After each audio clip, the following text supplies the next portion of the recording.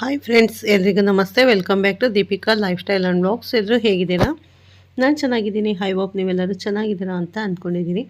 Please ಈ ವಿಡಿಯೋನ ಫಸ್ಟಿಂದ ಕೊನೆವರೆಗೂ ನೋಡಿ, ಸ್ಕಿಪ್ ಮಾಡಿದೆ. ನಿಮ್ಗೆ ಇಷ್ಟ ಆದರೆ ಲೈಕ್ ಕೊಡಿ. ಓಕೆ, ಓಂ ಶನೇಶ್ವರಾಯ ನಮಃ ಅಂತ ಕಮೆಂಟ್ ಮಾಡಿ. ನಾನಿವಾಗ ತಿಳಿಸ್ಕೊಡ್ತಾ ಇದ್ದೀನಿ ಕುಂಭರಾಶಿ ಬಗ್ಗೆ. ಜುಲೈ ಮಾಸ ಭವಿಷ್ಯವನ್ನು ನೋಡೋಣ ಬನ್ನಿ. 2025 ಜುಲೈ ಮಾಸದ ದ್ವಾದಶ ರಾಶಿ ಫಲಗಳನ್ನು ನಾವು ನೋಡುವುದಾದರೆ, ಮುಖ್ಯವಾಗಿ ಮೇಷಾದಿ ರಾಶಿಗಳಿಗೆ ಜೂನ್ ಮಾಸದಲ್ಲಿ ಆಗಿರುವಂತಹ ಗ್ರಹ ಬದಲಾವಣೆ ಆಗಿರಬಹುದು. ಮೇ ಮಾಸದಲ್ಲಿ ಆಗಿರುವಂತಹ ಗ್ರಹ ಬದಲಾವಣೆ ಎಂದರೆ ಮುಖ್ಯವಾಗಿ ದೀರ್ಘಕಾಲ ಸಂಚಾರ ಮಾಡ್ತಾ ಇರುವಂತಹ ಗ್ರಹ ಸಂಚಾರ ಬದಲಾವಣೆಯಿಂದ ದ್ವಾದಶ ರಾಶಿಗಳಿಗೆ ಕೆಲವೊಂದು ವಿಷಯಗಳಲ್ಲಿ ಅನುಕೂಲ ಫಲಗಳು, ಕೆಲವೊಂದು ವಿಷಯಗಳಲ್ಲಿ ಮಿಶ್ರಮ ಫಲ ಮತ್ತು ಮಧ್ಯಮ ಫಲಗಳು ಜುಲೈ ಮಾಸದಲ್ಲಿ ಇರ್ತಾ ಇರುವಂತಹ ಗ್ರಹ ಸಂಚಾರ ಆಗಿರಬಹುದು. ಅಥವಾ ಈ ರಾಶಿಗಳಿಗೆ ಯಾವ ವಿಷಯದಲ್ಲಿ ಅನುಕೂಲವಾಗುತ್ತೆ, ಯಾವ ವಿಷಯಗಳಲ್ಲಿ ಮುಂಜಾಗ್ರತೆ ಕ್ರಮಗಳನ್ನು ತಗೋಬೇಕು, ಯಾವ ಪರಿಹಾರಗಳನ್ನು ಮಾಡಿದರೆ ಕೈ ಹಿಡಿದರೆ ಈ ಜುಲೈ ಮಾಸ ಅದ್ಭುತವಾಗಿರುತ್ತೆ ಅಂತ ಹೇಳುವುದಾದರೆ, ಇದರಲ್ಲಿ ಮುಖ್ಯವಾಗಿ ಕುಂಭರಾಶಿ ಜಾತಕದವರಿಗೆ ಜುಲೈ ಮಾಸದಲ್ಲಿ ಯಾವ ರೀತಿ ಗ್ರಹ ಅಂದರೆ ಗ್ರಹಾನುಕೂಲ ಅನ್ನೋದು ಇದೆ ಅನ್ನೋದು ನೋಡುವುದಾದರೆ, ನಾವು ಮುಖ್ಯವಾಗಿ ಈ ನಕ್ಷತ್ರಗಳ ವಿಧವಾಗಿ ನೋಡುವುದಾದರೆ, ಧನಿಷ್ಠ ನಕ್ಷತ್ರದ 3, 4ನೇ ಪಾದಗಳಲ್ಲಿ ಜನಿಸಿದವರು, ಶತಭಿಷ ನಕ್ಷತ್ರದ 1, 2, 3 ಮತ್ತು 4ನೇ ಪಾದಗಳಲ್ಲಿ ಜನಿಸಿದವರು, ಪೂರ್ವಭಾದ್ರ ನಕ್ಷತ್ರದ 1, 2 ಪಾದಗಳಲ್ಲಿ ಜನಿಸಿದವರು ಈ ಕುಂಭರಾಶಿಗೆ ಸೇರುತ್ತಾರೆ. ಇನ್ನು ರಾಶ್ಯಾಧಿಪತಿ ಶನಿ ಪರಮಾತ್ಮ ಮಾರ್ಚಿಯಿಂದ ಈತನು ತನ್ನ ಸಂಚಾರವನ್ನು ಬದಲಾಯಿಸುತ್ತಾನೆ. ಈಗ ಮೀನ ರಾಶಿಯಲ್ಲಿ ಜನ್ಮದಲ್ಲಿ ಇರುತ್ತಾನೆ.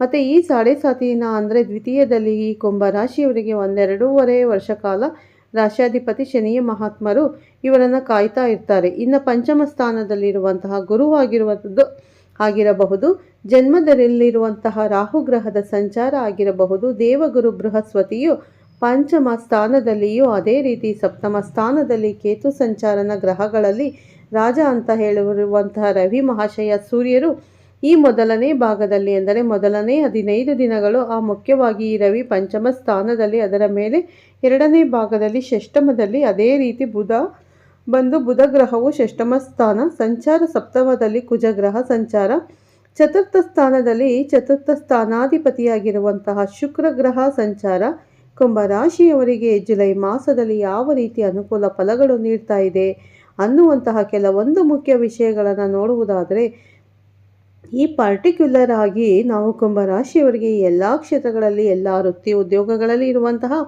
ಈ ಜಾತಕದವರಿಗೆ, ಕುಂಭರಾಶಿಯಲ್ಲಿ ಜನಿಸಿರುವಂತಹ ವ್ಯಕ್ತಿಗಳಿಗೆ ಜುಲೈ ಮಾಸ ಒಂದು ರೀತಿ ಅನುಕೂಲವಾಗಿರ್ತಕ್ಕಂಥ ಫಲಗಳನ್ನೇ ನೀಡ್ತಾ ಇದೆ. ಮುಖ್ಯವಾಗಿ ರವಿ ಗ್ರಹವನ್ನು ತಗೊಂಡು ಪ್ರಥಮಾರ್ಥದಲ್ಲಿ ಅಂದರೆ ಮೊದಲನೇ 15 ದಿನಗಳು ಕೆಲವೊಂದು ವಿಷಯಗಳಲ್ಲಿ ಪ್ರತಿಬಂಧಕಗಳು ಅಂದರೆ ಅಥವಾ ಪ್ರತಿಕೂಲ ಫಲಗಳು ನೀಡಿದರೂ 17ನೇ ತಾರೀಕಿನಿಂದ ಅವರು ಕೂಡ ಶುಭ ಸ್ಥಾನದಲ್ಲಿ ಇರುವುದರಿಂದ ಕೆಲವೊಂದು ಶುಭ ವಿಷಯಗಳು, ಅನುಕೂಲ ಫಲಗಳು ಉಂಟಾಗುತ್ತೆ. ಮುಖ್ಯವಾಗಿ ಈ ಮಾಸದಲ್ಲಿ ವೃತ್ತಿ ಉದ್ಯೋಗಗಳಲ್ಲಿ ಆಗಿರಬಹುದು, ವ್ಯಾಪಾರಾದಿ ವಿಷಯಗಳಲ್ಲಿ ಆಗಿರಬಹುದು, ವಿವಿಧ ಬಗೆಯ ಅವಕಾಶಗಳು ಅನ್ನೋದು ಇವರಿಗೆ ಆರಂಭವಾಗುತ್ತೆ.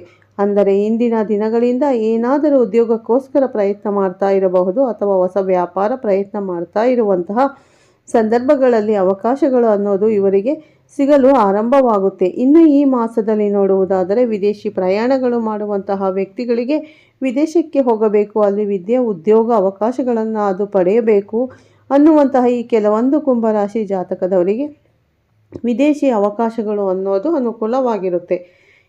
ಈ ಮಾಸದಲ್ಲಿ ಇನ್ನು ವೃತ್ತಿ ವ್ಯಾಪಾರಗಳಲ್ಲಿ ಈ ಮಾಸದಲ್ಲಿ ಅದ್ಭುತವಾಗಿ ನೀವು ಕೈ ಹಿಡಿಯುವಂತಹ ಕೆಲವೊಂದು ವಿಷಯಗಳಲ್ಲಿ ಅನುಕೂಲವಾಗಿರುತ್ತೆ. ಈ ಆದಾಯ ಮೂಲಗಳು ಅಂದರೆ ನಿಮ್ಮ ಆದಾಯ ಅನ್ನೋದು ಯಾವುದೇ ರೀತಿ ತೊಂದರೆ ಇರಲ್ಲ.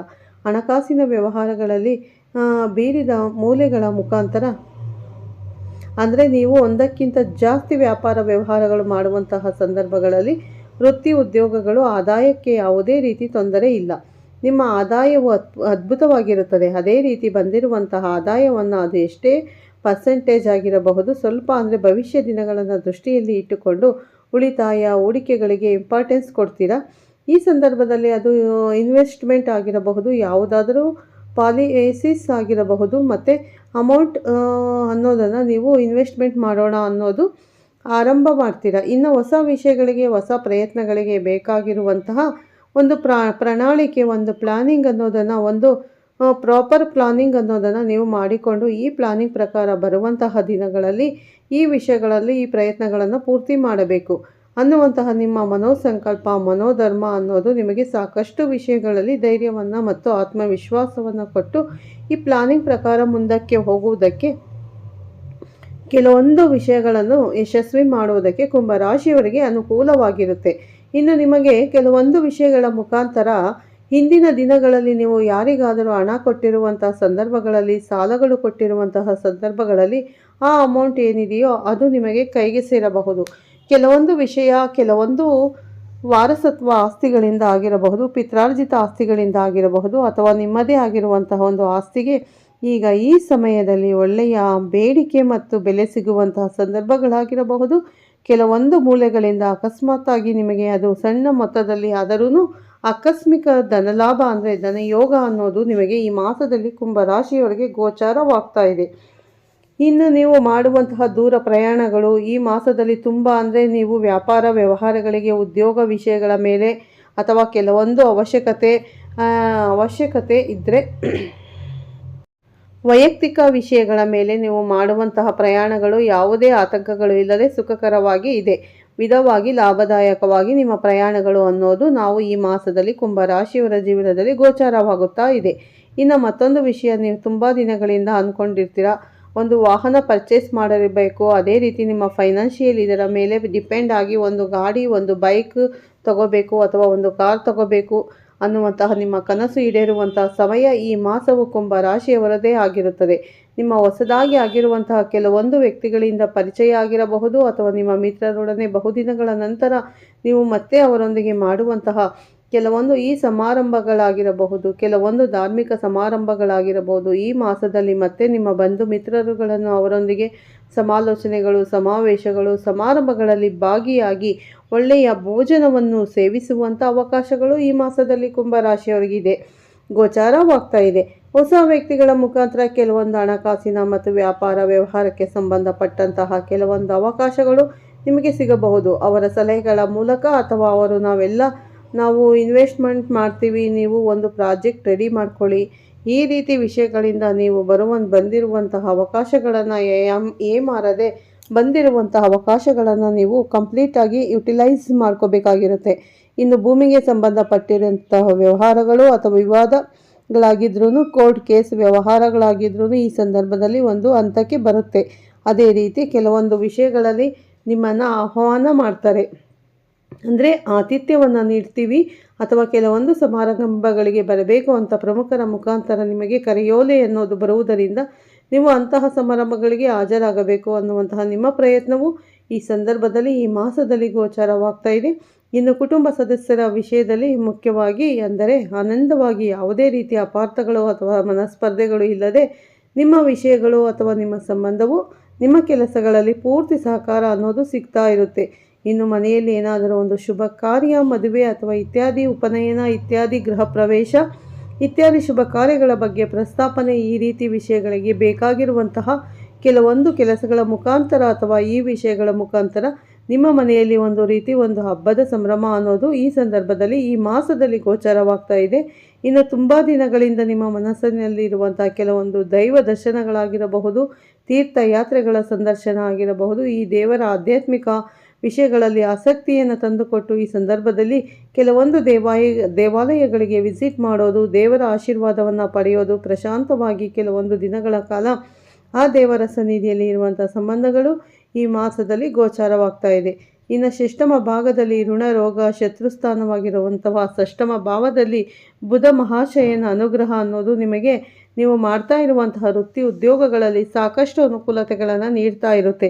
ನಿಮ್ಮ ಮೇಲಧಿಕಾರಿಗಳ ಸಹಕಾರ ಆಗಿರಬಹುದು, ಮುಖ್ಯವಾಗಿ ನಿಮ್ಮ ಸಹೋದ್ಯೋಗಿಗಳು ಇಂದಿನ ದಿನಗಳಲ್ಲಿ ಏನಾದರೂ ಸಣ್ಣ ಪುಟ್ಟ ವಹಿವಾನಸುಗಳು ಇದ್ದರೂ ಈ ಸಂದರ್ಭಗಳಲ್ಲಿ ಅವೆಲ್ಲವೂ ಬಗೆಹರಿದು ಈಗ ಒಳ್ಳೆಯ ಒಂದು ವಿಷಯಗಳು ನಡೆಯುವುದು ಅಥವಾ ನೀವು ಮಾಡುವಂತಹ ಕೆಲಸಗಳಲ್ಲಿ ಅವರ ಸಹಕಾರ ನೀಡುವುದು ಅನ್ನುವಂಥದ್ದು ಕೆಲವೊಂದು ಮುಖ್ಯ ವಿಷಯಗಳು ನಡೆಯಬಹುದು. ಮುಖ್ಯವಾಗಿ ಈ ಧನಲಾಭ ಆಗಿರಬಹುದು, ನಿಮಗೆ ಅಪ್ರಿಸಿಯೇಷನ್ ಸಿಗುವಂಥ ಆಗಿರಬಹುದು. ಆದರೆ ಈ ಸಂದರ್ಭದಲ್ಲಿ ದ್ವಿತೀಯದಲ್ಲಿರುವಂತಹ ಶನಿ ಪರಮಾತ್ಮ ಇರುವುದರಿಂದ ಕೆಲವೊಂದು ವಿಷಯಗಳಲ್ಲಿ ಅಂದರೆ ನಿಮಗೆ ಕಷ್ಟಕ್ಕೆ ತಕ್ಕ ಫಲ ಅನ್ನೋದರಲ್ಲಿ ಸ್ವಲ್ಪ ಡಿಲೇ ಆಗಬಹುದು, ಅಥವಾ ಎಷ್ಟು ಹಾರ್ಡ್ ವರ್ಕ್ ಎಷ್ಟು ದುಪ್ಪಟ್ಟು ಕಷ್ಟ ಬಿದ್ದರೂ ಆ ಸಂದರ್ಭದಲ್ಲಿ ಬರುವಂತಹ ಫಲಗಳು ನಿಮಗೆ ಸಂತೃಪ್ತಿಯು ನೀಡುವುದಿಲ್ಲ. ಅಥವಾ ನೀವು ಅಂದ್ಕೊಂಡಿರುವಂತಹ ಒಂದು ದಿನಕ್ಕೆ 18 ಗಂಟೆ ನಾನು ಕೆಲಸ ಮಾಡ್ತೀನಿ, ಈ ಕೆಲಸ ಕಂಪ್ಲೀಟ್ ಮಾಡದೆ ಆಗ್ತಾ ಇಲ್ಲ, ಎಷ್ಟೋ ಫೋಕಸ್ ಮಾಡ್ತಾ ಇದ್ದೀನಿ, ಇದನ್ನು ಮುಗಿಸೋಕ್ಕಾಗ್ತಾ ಇಲ್ಲ ಅನ್ನೋಂತಹ ಕೆಲವೊಂದು ವಿಷಯಗಳು ಅನ್ನೋದು ಡಿಲೇ ಆಗ್ತಾ ಇರುತ್ತೆ. ಅದೇ ರೀತಿ ವ್ಯಾಪಾರಸ್ಥರು, ವ್ಯಾಪಾರಗಳಲ್ಲಿ ಇರುವಂತಹ ವ್ಯಕ್ತಿಗಳು ನಿಮ್ಮ ಜವಾಬ್ದಾರಿಗಳು ಅಥವಾ ಮುಖ್ಯವಾದ ವಿಷಯಗಳಲ್ಲಿ ಟ್ರಾನ್ಸಾಕ್ಷನ್ಸನ್ನು ಬೇರೆಯವರ ಮೇಲೆ ಆಗಿಬಿಟ್ಟು ನಿಮ್ಮ ವ್ಯಾಪಾರ ನೋಡಿಕೊಳ್ಳಿ ಅಂತ ಕಂಪ್ಲೀಟ್ ಜವಾಬ್ದಾರಿ ಅವರಿಗೆ ನೀಡಿ, ನೀವು ಅಂದರೆ ದೂರದಿಂದ ಇರುವುದಂತ ಕೂಡ ಈ ಸಂದರ್ಭದಲ್ಲಿ ಅಷ್ಟು ಒಳ್ಳೆಯದಲ್ಲ. ನೀವೇ ಖುದ್ದಾಗಿ ನಿಂತು ಈ ನಿಮ್ಮ ವ್ಯಾಪಾರ ವ್ಯವಹಾರಗಳಲ್ಲಿ ತಗೊಳ್ಳುವಂತಹ ನಿರ್ಧಾರಗಳಾಗಿರಬಹುದು, ಒಂದು ಮಾನಿಟರಿಂಗ್ ಆಗಿರಬಹುದು, ಮತ್ತು ಕಸ್ಟಮರ್ಸ್ ಬಗ್ಗೆ ವಿಚಾರಣೆ ಮಾಡುವುದಾಗಿರಬಹುದು. ನೀವೇ ಖುದ್ದಾಗಿ ನಿಂತು ಈ ವಿಷಯಗಳನ್ನು ನೀವು ಮುಂದಕ್ಕೆ ತಗೊಂಡು ಹೋಗೋದು ಉತ್ತಮವಾಗಿರುತ್ತೆ. ಅಂದರೆ ಅದೇ ರೀತಿ ಯಾವುದಾದರೂ ಒಂದು ಆಸ್ತಿ ವಿಷಯದಲ್ಲಿ ಆಗಿರಬಹುದು, ಅಥವಾ ಈ ಮನಿ ರಿಲೇಟೆಡ್ ಇನ್ವೆಸ್ಟ್ಮೆಂಟ್ ಆಗಿರಬಹುದು, ಹೂಡಿಕೆಗಳಾಗಿರಬಹುದು, ಯೋಚನೆ ಮಾಡಿದಂಗೆ ಅನಾಲೋಚಿತವಾಗಿ ಕೈಯಲ್ಲಿ ಅಮೌಂಟ್ ಇದೆ, ಓಕೆ ಯಾರೋ ಫೋನ್ ಮಾಡಿ ಹೇಳ್ತಾರೆ ಈ ರೀತಿಯಲ್ಲಿ ಇನ್ವೆಸ್ಟ್ ಮಾಡಿ, ಕೆಲವೇ ದಿನಗಳಲ್ಲಿ ನಿಮ್ಮ ಅಮೌಂಟ್ ಡಬಲ್ ಆಗುತ್ತೆ, ಟ್ರಿಬಲ್ ಆಗುತ್ತೆ, ಈ ವಿಷಯಗಳಿಂದ ಬರುತ್ತೆ.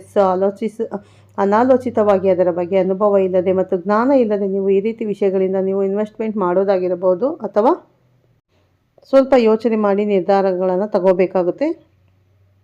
ತುಂಬ ಹುಷಾರಾಗಿ ವ್ಯವಹಾರಗಳನ್ನು ಮಾಡಬೇಕಾಗುತ್ತೆ. ಮಾಡೋದ್ರಿಂದ ತುಂಬ ಒಳ್ಳೆಯದಾಗುತ್ತೆ ಅಂತ ಹೇಳ್ಬೋದು ಜುಲೈ ಮಾಸದಲ್ಲಿ. ನಿಮಗೆ ಈ ಮಾಹಿತಿ ಇಷ್ಟ ಆದರೆ ಲೈಕ್ ಮಾಡಿ, ಶೇರ್ ಮಾಡಿ.